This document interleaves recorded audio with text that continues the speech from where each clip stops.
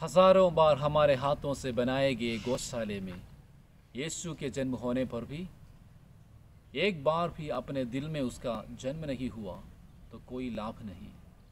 अंग्रेजी कवि चेस्टन का एक कथन क्रिसमस के अवसर पर हमारे चिंतन का विषय बन जाता है। क्रिस्त जयंती को मनाते समय यदि हम अपने दिल से उस प्रभु का स्वागत करें तो हम लोगों के लिए एक आनंदोत्सव अर्थपूर्ण हो जाएगा। मानव अवतार लेकर यीशु ने अपने आप को संसार की मुक्ति के लिए सौंप दिया। यह उनका अपने आप में एक महान आत्मदान अथवा स्वयं दान था। ईश्वर का मानवों के साथ निवास करना ही क्रिसमस है। उसका मानवों के प्रति उपकार स्वरूप स्वयं दान ही क्रिसमस है। क्रिसमस समारोह तभी सही रूप में सार्थक होगा जब हम अपने दिल में दूसरों को बसाएंगे। यह तभी संभव होगा जब हम दूसरों को अपने दिलों में स्थान देंगे। जब हम भी दूसरों के प्रति एक स्वयं दान करेंगे तभी क्रिस्त जयंती का शांति संदेश हमारे लिए लाभदायक होगा। तभी स्वर्गदूतों का शुभ संदेश धरती पर मानवों को शांति एक आशीर्वचन हमारे लिए शुभकारी होगा। क्रिस्त जयंती के समय प्रभु यीशु का जन्म गिरजाघरों और चरनियों में नहीं बल्कि हमारे दिलों में होना चाहिए। बालक यीशु हम सबों को अपनी आशीषों से भर दे। The birth of Jesus। छठे महीने स्वर्गदूत गब्रियल ईश्वर की ओर से गलीलिया के नाजरत नामक नगर में एक कुंवारी के पास भेजा गया जिसकी मंगनी दाऊद के घराने के यूसुफ नामक पुरुष से हुई थी और उस कुंवारी का नाम था मरियम। स्वर्गदूत ने उसके यहाँ अंदर आकर उससे कहा, प्रणाम प्रभु की कृपा पात्री, प्रभु आपके साथ है। वह इन शब्दों से घबरा गई और मन में सोचती रही कि इस प्रणाम का अभिप्राय क्या है। तब स्वर्गदूत ने उससे कहा, मरियम डरिए नहीं, आपको ईश्वर की कृपा प्राप्त है। देखिए आप गर्भवती होगी, पुत्र प्रसव करेगी और उसका नाम ईसा रखेंगी।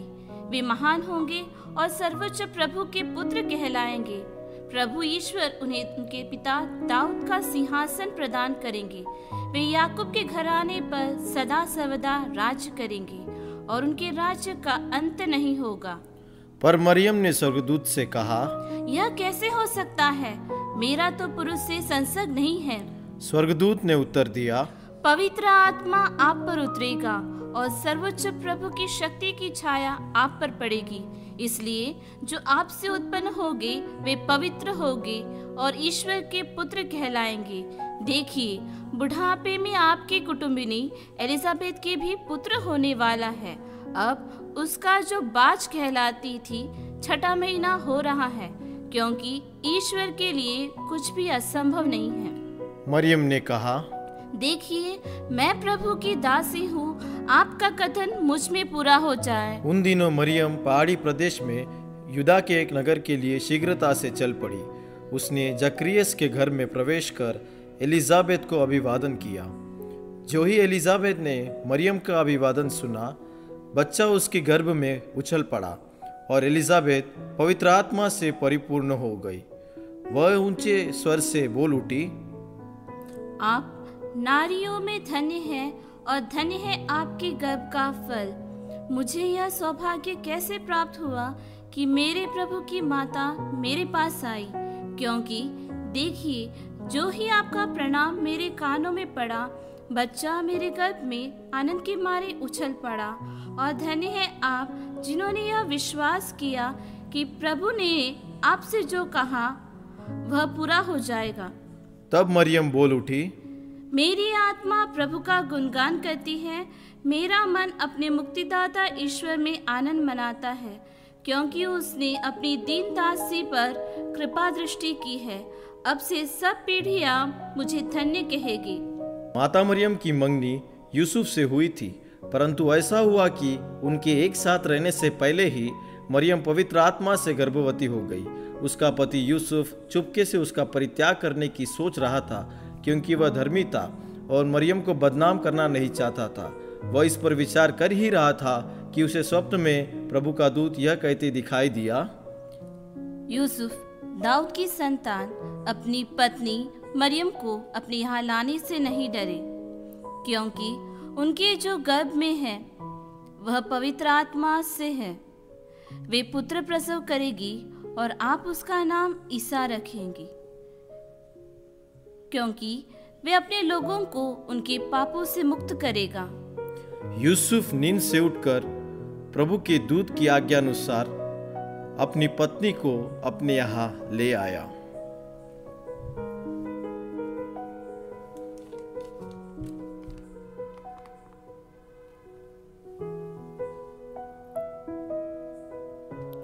उन दिनों कैसर अगस्तस ने समस्त जगत की जनगणना की राजधाज्ञा निकाली। यह पहली जनगणना थी और उस समय किरनियुस सीरिया का राज्यपाल था। सब लोग नाम लिखवाने के लिए अपने अपने नगर जाते थे। यूसुफ दाऊद के घराने और वंश का था, इसलिए वह गलीलिया के नाजरत से यहूदियों में दाऊद के नगर बेतलहम गया, जिससे वह अपनी पत्नी, गर्भवती पत्नी मरियम के साथ नाम लिखवाए। वे वहां थे जब मरियम के गर्भ के दिन पूरे हो गए।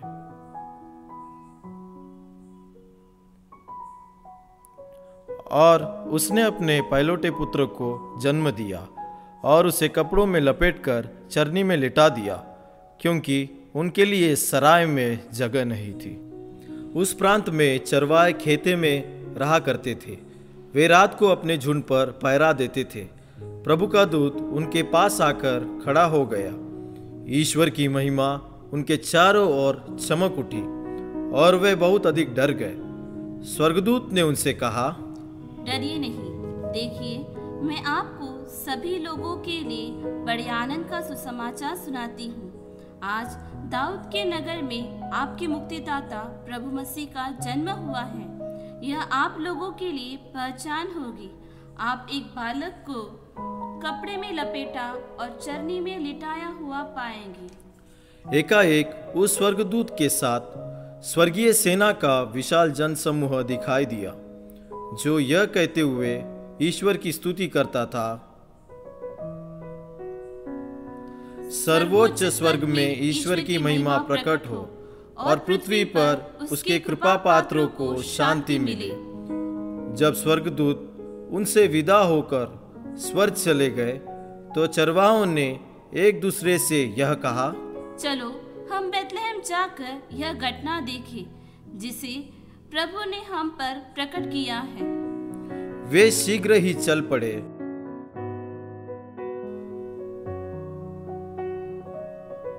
और उन्होंने मरियम, यूसुफ तथा चरनी में लेटे हुए बालक को पाया। उसे देखने के बाद उन्होंने बताया कि इस बालक के विषय में उनसे क्या क्या कहा गया है। सभी सुनने वाले चरवाहों की बातों पर चकित हो गए। जैसा चरवाहों से कहा गया था वैसा ही उन्होंने सब कुछ देखा और सुना। इसलिए वे ईश्वर का गुणगान और स्तुति करते हुए लौट गए। ईसा का जन्म यहूदिया के बेतलहम में राजा हेरोद के समय हुआ था। इसके बाद ज्योतिष पूर्व से यरूशलेम आए और यह बोले, यहूदियों के नवजात राजा कहाँ है? हमने उनका तारा उदित होते देखा। हम उन्हें दंडवत करने आए हैं। यह सुनकर राजा हेरोद और सारा यरूशलेम घबरा गया। राजा ने सब महायाजकों और यहूदी जाति के शास्त्रियों की सभा बुलाकर उनसे पूछा, मसीह कहाँ जन्म लेंगे? उन्होंने उत्तर दिया, यहूदियों के बेतलहम में। हेरोद ने बाद में ज्योतिषियों को चुपके से बुलाया और उनसे पूछताछ कर यह पता कर लिया कि वह तारा ठीक किस समय उन्हें दिखाई दिया था। फिर उसने उन्हें बेतलहम भेजते हुए कहा, जाइए बालक का ठीक ठीक पता लगाए और उसे पाने पर मुझे खबर दीजिए, जिससे मैं भी जाकर उन्हें दंडवत करूं। वे राजा की बात मानकर चल दिए।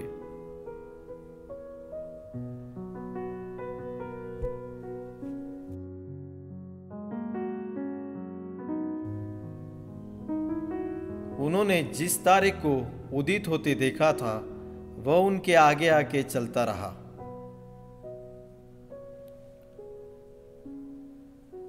और जहां बालक था उस जगह के ऊपर पहुंचने पर वह ठहर गया। वे तारा देखकर बहुत आनंदित हुए। घर में प्रवेश कर उन्होंने बालक को उसकी माता मरियम के साथ देखा और उसे साष्टांग प्रणाम किया। फिर अपना अपना संदूक खोलकर उन्होंने उसे सोना, लोबान और गंधरस की भेंट चढ़ाई। उन्हें स्वप्न में यह चेतावनी मिली कि वे हेरोद के पास नहीं लौटे, इसलिए वे दूसरे रास्ते से अपने देश चले गए।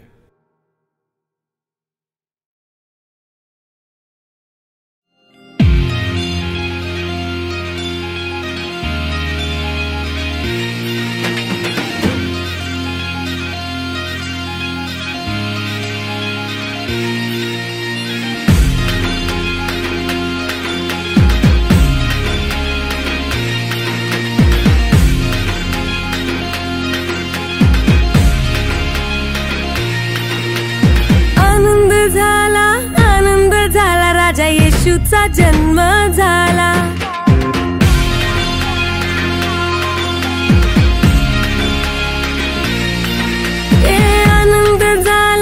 आनंद झाला राजा येशूचा जन्म झाला। आनंद झाला राजा येशूचा जन्म झाला। बोला येशूचा जन्म कशाला झाला, बोला येशूचा जन्म कशाला झाला, बोला येशूचा जन्म कशाला झाला, बोला येशूचा जन्म कशाला झाला। पापांपासून मुक्ती देण्यास झाला राजा येशूचा जन्म झाला। आनंद झाला राजा येशूचा जन्म झाला। आनंद झाला राजा येशूचा जन्म झाला।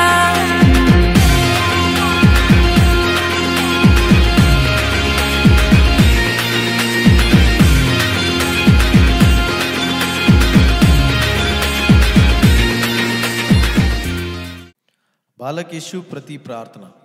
बालक यीशु, मैं आपके पवित्र माँ मरियम के माध्यम से आप में आश्रय लिया है। मेरे जिंदगी के हर एक आवश्यकताओं में मेरी सहायता करने के लिए आपसे विनती करता हूँ, क्योंकि मुझे विश्वास है कि आपका देवत्व मेरी सहायता कर सकता है। मुझे विश्वास है कि आपकी पवित्र कृपा मुझे प्राप्त होगी। मैं आपको अपने पूरे दिल और अपनी पूरी आत्मा से प्यार करता हूँ। मुझ में निवास करने वाले पापों के कारण मेरे दिल में खेद है। हे बालक यीशु, उन पर विजय पाने के लिए मुझे शक्ति प्रदान करना। मैं दृढ़ निश्चय करता हूँ कि आपको फिर से अपमानित या नाराज करने के बजाय सब कुछ अच्छा करूँगा। मैं विश्वासपूर्वक आपकी सेवा करना चाहता हूँ। हे दिव्य बालक यीशु, आपके प्यार के वास्ते मैं अपने पड़ोसी को अपने समान प्यार करूँगा। हे पवित्र सर्वशक्तिमान बालक यीशु, मेरी इस यात्रा में सफलता प्राप्त करने में मेरी सहायता करना।